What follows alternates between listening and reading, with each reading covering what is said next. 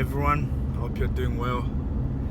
I just want to make a quick video, and this is about an African by the name of Fred Swaniker. The reason why I want to make this video is because I keep asking myself a lot of questions, and sometimes I'm looking for answers, and sometimes, you know, the answers are like in front of us and we just don't see it.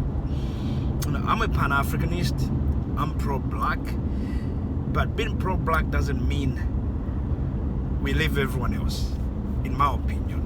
I think we need to trade with other races, we need to do business with other races. That's the only way we're going to be able to uplift ourselves. We need to trade, just the way it is. There's no city in history or current that developed where they didn't trade. We're going to need to do business. So why am I saying this? The story I'm going to tell you is that of Fred Swaniker, and I'm not going to tell the whole story, but I'm just going to tell this part, which I find really, really interesting, right? This guy went to MIT. He completed his MBA there, and he could have gotten a job in America easily. But what he decided to do was go back to Africa, because McKinsey, which is this, I think, a business, which is a business, I think, business consulting firm, sent him there. And once he finished his MIT, he went back to Africa. He didn't go back to work for McKinsey. He went back and started his own thing. And what's this thing was to open up an academy that would teach young Africans leadership skills. Not just leadership skills, but how to be good citizens. And that's what he wanted, but he didn't have money. Remember, he went to study at MIT, not because of his parents sending him there. It was through a company. So when he came back, he didn't have money, and when he chose that, his mom actually didn't talk to him for almost like 18 months, because she thought, you know, the son was making the bad decision. But him and his friends came together, sat down, and started organizing to see how they can execute this idea they had. And it was a struggle, because obviously to do something like that, you needed money. First of all, they had to find land. So they thought, you know what, why don't we just have a big warehouse somewhere? That's where we're going to start teaching kids. So they, you know, scrapped for some money. And then there's this warehouse they found, and they went to see the owner, see if he could sell it to them, and the owner said he wasn't selling. But sometimes this is why I say spiritually, or if you believe in God, if you believe in Allah. So these guys have this project, and he tried in America to talk to some rich guys there. Some of the people are saying, oh, these were donors and stuff, and it didn't work. So he goes back. They chose South Africa to be the first place where they are going to put this African Academy. And the idea was to have this academy sprang up across Africa, but they wanted to start with South Africa. So they go to this warehouse, say, you know, see if they can convince this guy to either sell them the warehouse or just rent it. And the guy goes, nah, he's not selling, and he wasn't gonna rent it. But he told them to go, oh, maybe go check out that place over there. But where he was pointing, there was nothing there. There was only a nice house, and it was like in the middle of pretty much nowhere. And this is why I said, this is why sometimes when you want to do good things, spiritually you get directed. You know, if you believe in African ancestors, you say the ancestors direct you. If you believe in God, you say God. If you believe in Allah, you say Allah. But I'm just giving an example here because of what's going to happen, what I'm about to tell you. So when he went to this place, there was a white woman there, a white South African woman.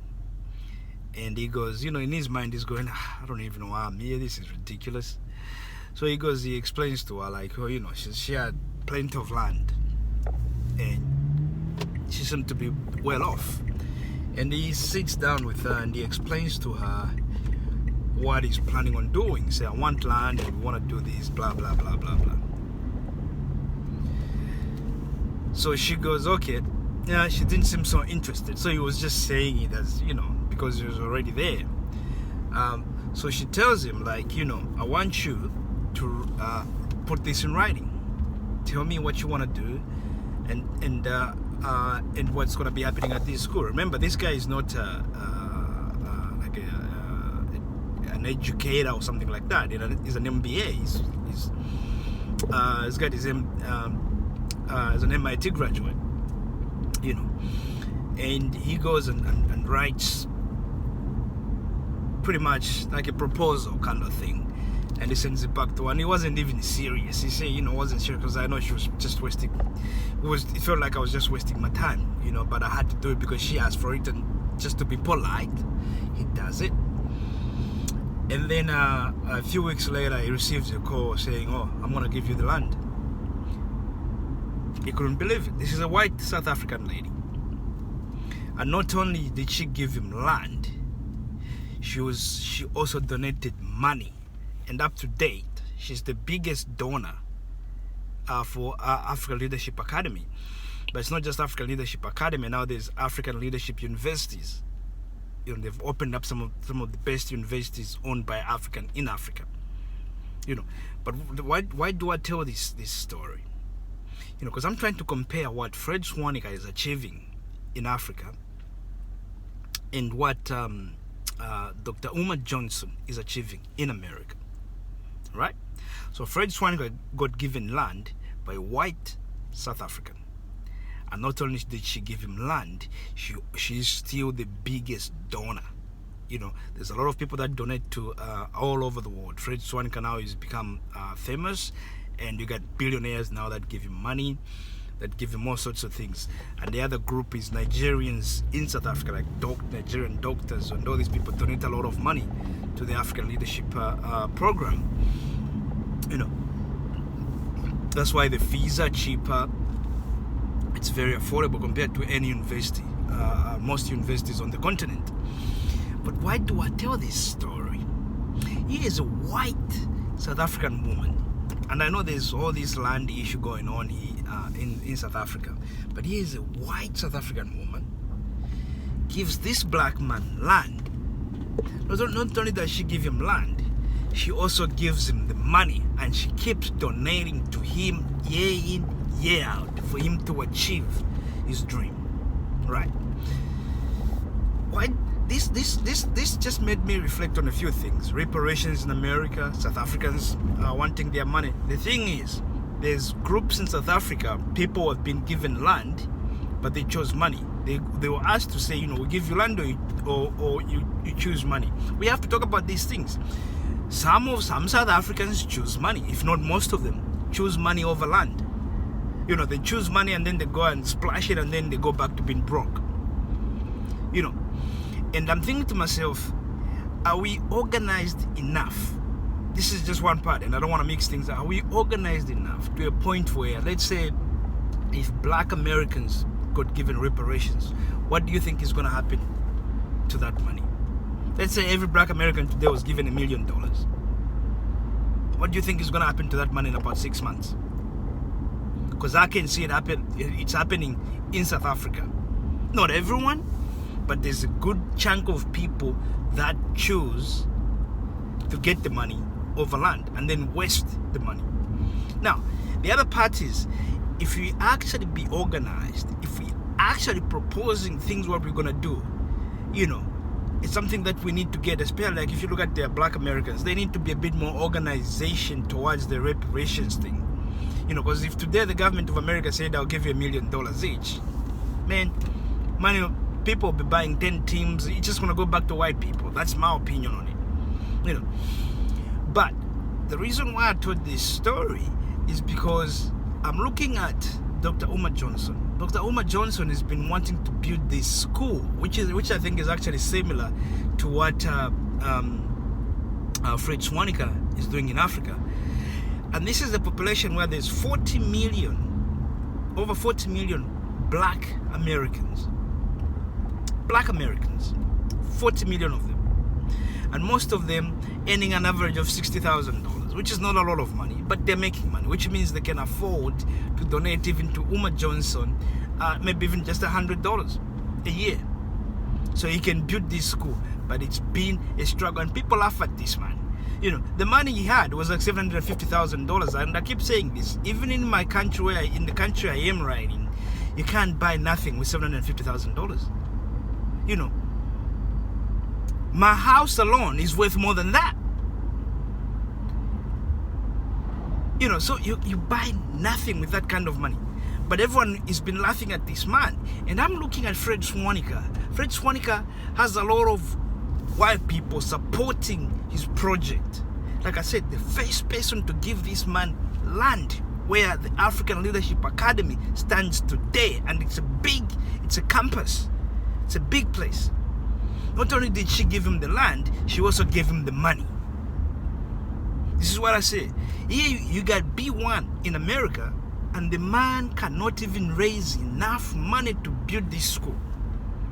But it's all B1. B1, brother, B1. You know, imagine if this was white people. Let's flip it. Dr. Umar Johnson will have millions of dollars. You have more money to build and do everything, splash, splash, splash. But he's struggling among Africans. B1. So I'm saying we need either to re-brainwash our mind before we just say B1 and pro-black and all this stuff. It's not gonna work with that kind of mindset. A lot of our people, there's something wrong. There's something mentally wrong, because I'm gonna tell you even something, and I'm gonna make a video, but it's about, let's say, Benin City. The ancient city of Benin, it's got thousands and thousands of artifacts spread out in museums across Europe, right? And they want, everyone is saying, oh, return, they were stolen, return them to the people. And that's a good idea. But guess what? Try to go to Benin right now, which is still there where the ancient city was, and the Edo people and the Oluba, or whatever the king is, these people still exist. But you go there, you'll find that every important statue in Benin City, Nigeria, is dilapidated. So how are we gonna bring these artifacts from Europe and bring them to a place like that? What do you think is going to happen to them? Because people don't respect culture anymore. People don't respect progress anymore. You know what's going to happen? It's going to end up on the black market, and white people are going to buy, and they're going to, because they understand and value culture. You know, I think we need to emphasize on the re-education of our people. Something is not right. You know, so Fred Swaniker now has universities from that, and this woman, she still contributes for him to progress his concept of developing the future leaders of Africa, which is a brilliant concept. You know, and she understood exactly. A white South African woman is the biggest donor of the African Leadership Academy. Not only did she give land back, if we put it in South African terms, she also contributes money. Even up to today, she's contributing money to this thing, and she's not asking for anything in return. We need to think about us. We need to think about how we are going. It's just too much talk. We want our land. We want our land. We want our land. We want our land. You know, I've seen people who have land and do nothing with it. I'm from Zambia, man. People right now in Zambia are starving. People build you go to the villages, they have village here, in the backside of the village there's fertile land, but they're starving. What do you say about that? So we need to find a way where we can actually establish or re-educate. Before we even start asking for something, we need to re-educate our minds. I just wanted to make this a quick video, man. It's just I just think about sometimes, like we need to strategize. We need to do a lot of great things. I was looking at Arthur Hayes. Arthur Hayes started a company called BitMix. You know, I posted something about him on my community there, BitMix, and he made this guy. BitMix is now worth about $5 billion or something like that, and about $800 billion goes through BitMix. It's where you invest in cryptocurrency, but with less risk. That's how he's made it. He's a genius of a guy. But to create that, he had to call white people to work with him, white friends to go and work with him to create it. He was the brains behind it. But you know, it's always a collaboration when it comes to these things. So even right now, I think he's in trouble. He's about to go to prison because of some stupid stuff. So he stepped down as CEO of the company, and his white friends they've appointed some white guys. And I understand why maybe he would do that. Maybe it's what it was about. Maybe these are the people who could bring what you wanted to the table. What am I trying to say here? We need to rethink about how we are going to do things. We really need to rethink. All right, guys. I hope you sort of get my point. Where what I was trying to say here. And please stay safe. Thank you, and subscribe to my channel. Thank you. Goodbye.